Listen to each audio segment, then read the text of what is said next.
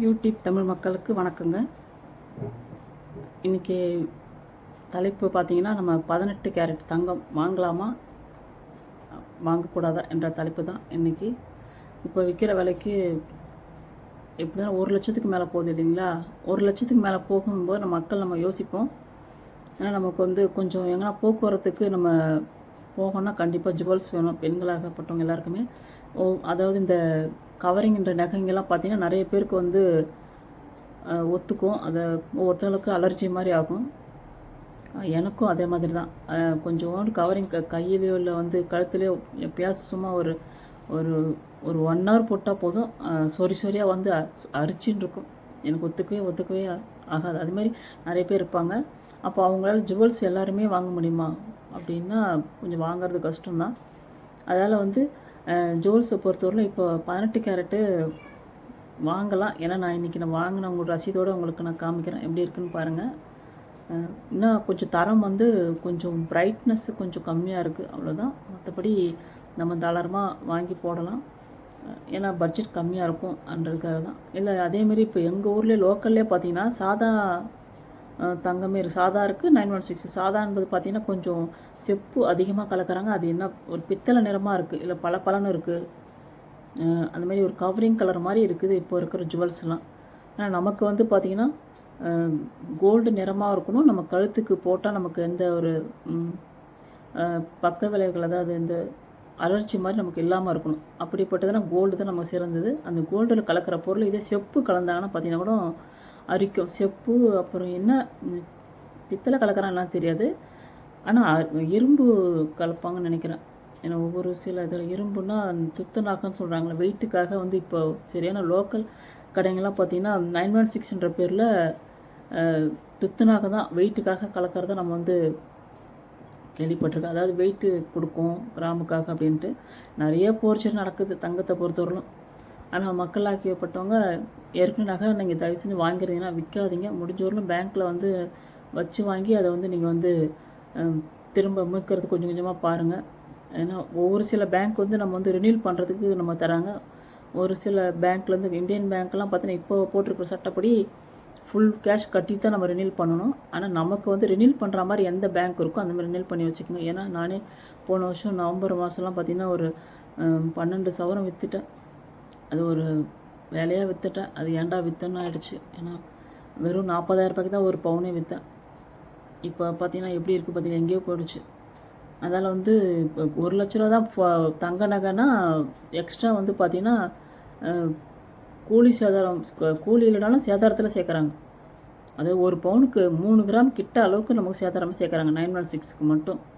சாதாரண கடைங்கள்லாம் எப்படியே தெரியல, ஒரு நல்ல கடைங்களில் நல்லா இருக்குது தங்கம். மாடல்ஸ்லாம் பார்த்திங்கன்னா பெரிய பெரிய கடைங்களில் தான் மாடல்ஸ்லாம் இருக்கும். மெயினாக ஜிஆர்டிங்கெலாம் பார்த்திங்கன்னா நல்லாயிருக்கும். ஜிஆர்டி இன்னொன்று கசானாலாம் எனக்கு தெரிஞ்சவர்களும் நான் இந்த மாதிரி கடைங்க தான் போயிருக்கேன்.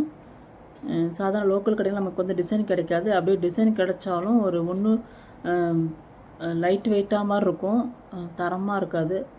கொஞ்சம் பெரிய கடைங்கள்லாம் அது ஒரு நல்லா இருக்குது பொசிஷனாக. அதனால் தங்கம் வாங்கும்போது அதேமாதிரி மக்கள் வந்து ஏமாறாமல் நல்ல கடையாக பார்த்து வாங்குங்க. கம்மி பண்ணுறாங்க, எவ்வளோ கிலோ கம்மி பண்ணுறாங்க பார்த்தீங்கன்னா தங்கத்தில் அவங்க வந்து தரம் கம்மி பண்ணியிருப்பாங்க. நீங்கள் தங்கம் கம்மியாக இருக்க பார்க்காதீங்க.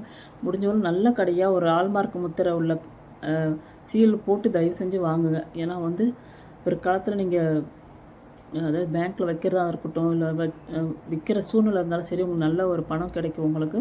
அதனால் மக்கள் வந்து ஆல்மார்க் முத்திரையை போட்டு பிஎஸ்ஐ முத்திரை இருந்தால் பார்த்து வாங்குங்க.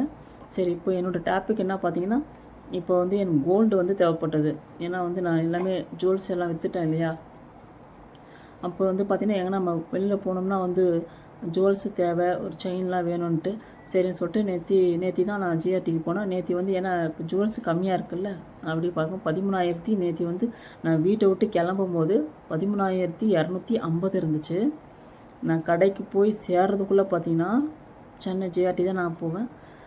கடைக்கு போய் சேர்றதுக்குள்ளே பார்த்திங்கன்னா 13,250 இருந்துச்சா. நான் கிளம்பும்போது அங்கே போனதுக்கப்புறம் 13,265 15 ரூபாய் ஏறிச்சு ஒரு கிராமுக்கு.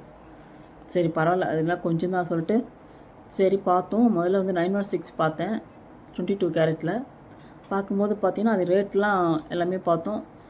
எக்ஸ்ட்ரா எவ்வளோ வரும்னு பார்க்கும்போது பார்த்திங்கன்னா ஒரு 3 கிராம்னால் என்னாச்சு, 1 கிராமு 13,265னா 3 கிராமுக்கு எவ்வளோ ஆகுது, 3 கிராம் அது ஜிஎஸ்டி வேறு தனியாக போடுவாங்க. அப்போ ஜிஎஸ்டியோட சேர்த்து 3 கிராம் அளவுக்கு பணம் வருது. அப்போ அவங்க கணக்கு பார்த்தீங்கன்னா 2,70,70,000 கணக்கு வருது பார்த்தேன் 916ல்.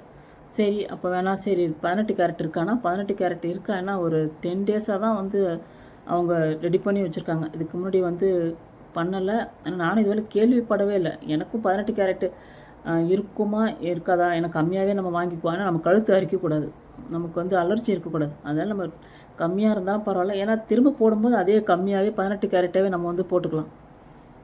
அது மாற்றும் போது இல்லை கடைக்காரன் அதான் சொல்கிறாங்க, நீங்கள் மாற்றும் போது 22 கேரட்னா 22 கேரட்டுக்கே நீங்கள் நகையை மாற்றிக்கலாம். 18 கேரட்டுனா நீங்கள் வந்து அதுவும் நீங்கள் அதே மாதிரி 18 கேரட்டாக மாற்றிக்கலான்னும் போது நமக்கு பிரச்சனை இல்லை. ஆனால் என்ன ஒன்றா சேதாரம் வந்து பார்த்திங்கன்னா அதுக்கு என்ன 2 பவுன் 16 கிராமுக்கு என்ன சேதாரமோ அதே சேதாரம் தான் இதுக்கும். இதுக்கு வந்து சரி கம்மியாக இருக்க பவுனு அப்படின்ட்டு 18 கேரட் தானே சொல்லிட்டு பார்த்தீங்கன்னா அதுக்கு கண்டிப்பாக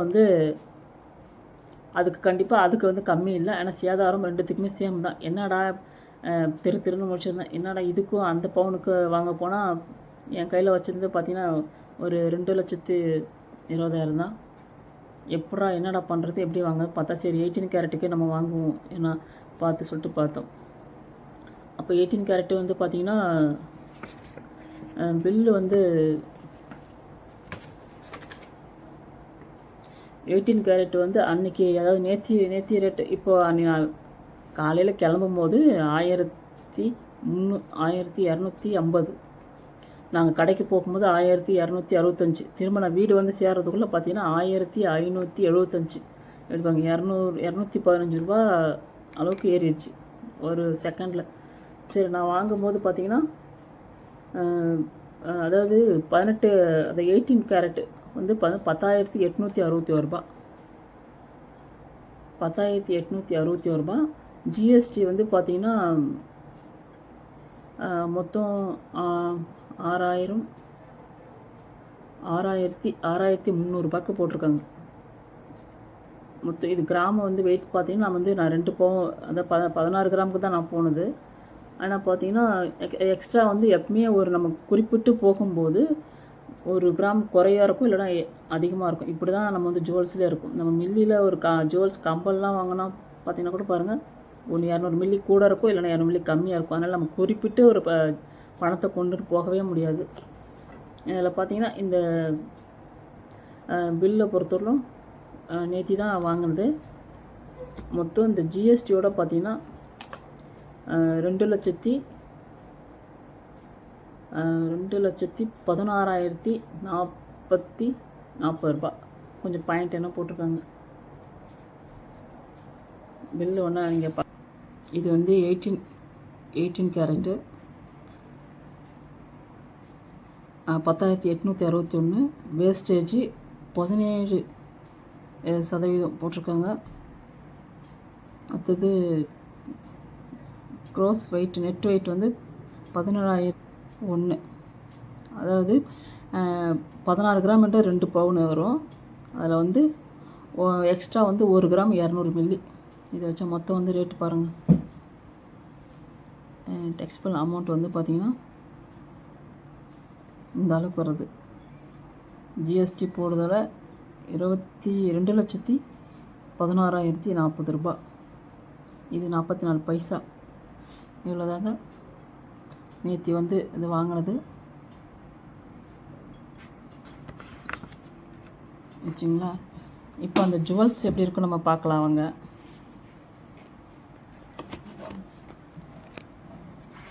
ஜுவல்ஸ் திறக்கணும், இல்லை பட்டு லாக் ஆகிடுது.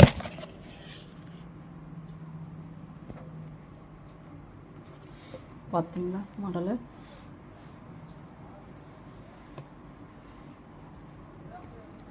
ஏன்னா இந்த ஜுவல்ஸை பொறுத்தவரை நம்ம வந்து சாதா கடையில் வந்து இவ்வளோ ரூபா கொடுத்து நம்ம வாங்குகிறோம். 2 lakhsக்கு போயிருக்கு.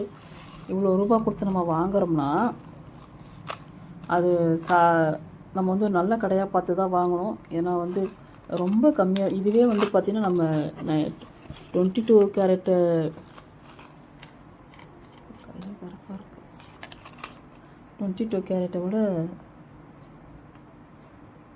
நல்லா இருக்குது. பார்த்தீங்களா, நல்லா கொஞ்சம் தரமாக நல்லாயிருக்கு. ஒரு மாதிரி அது ஒரு குண்டு மாடல் செயின். இவ்வளோதாங்க.